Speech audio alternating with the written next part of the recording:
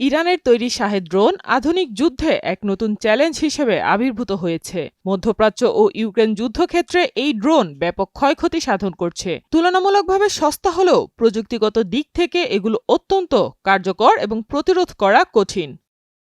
Britain ভিত্তিক royal United services ইনস্টিটিউটের গবেষক থমাস উইথিংটন জানান, শাহেদ ড্রোন শুরুতে জিপিএস ব্যবহার করেই নিজেদের অবস্থান নির্ধারণ করলেও পরে সেটি বন্ধ করে দেয়।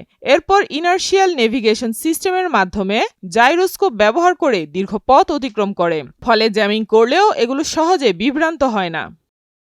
এছাড়া এসব ড্রোনে উন্নত অ্যান্টেনা ইন্টারফারেন্স সাপ্রেশন প্রযুক্তি ব্যবহার হয়, যা শত্রুর জ্যামিং সিগন্যালকে দুর্বল করে জিপিএস সিগন্যাল সচল রাখে। বিশেষজ্ঞদের মতে একাধিক নেভিগেশন সিস্টেম যেমন জিপিএস, চীনের বেইদো এবং রাশিয়ার গ্লোনাস ব্যবহারের ফলে এগুলোর নির্ভরযোগ্যতা আরও বাড়ে।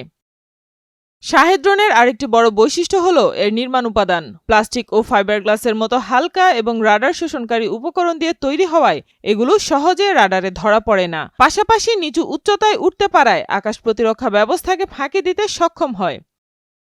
প্রতিরোধের ক্ষেত্রে কামান, ক্ষেপণাস্ত্র ও ইন্টারসেপ্টর ড্রোন ব্যবহার হলেও ইলেকট্রনিক ওয়ারফেয়ার গুরুত্বপূর্ণ ভূমিকা রাখছে।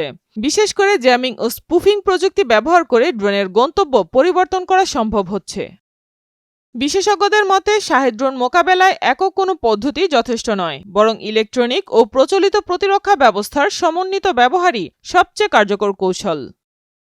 সাইমা আক্তার, নয়াদিগন্ত।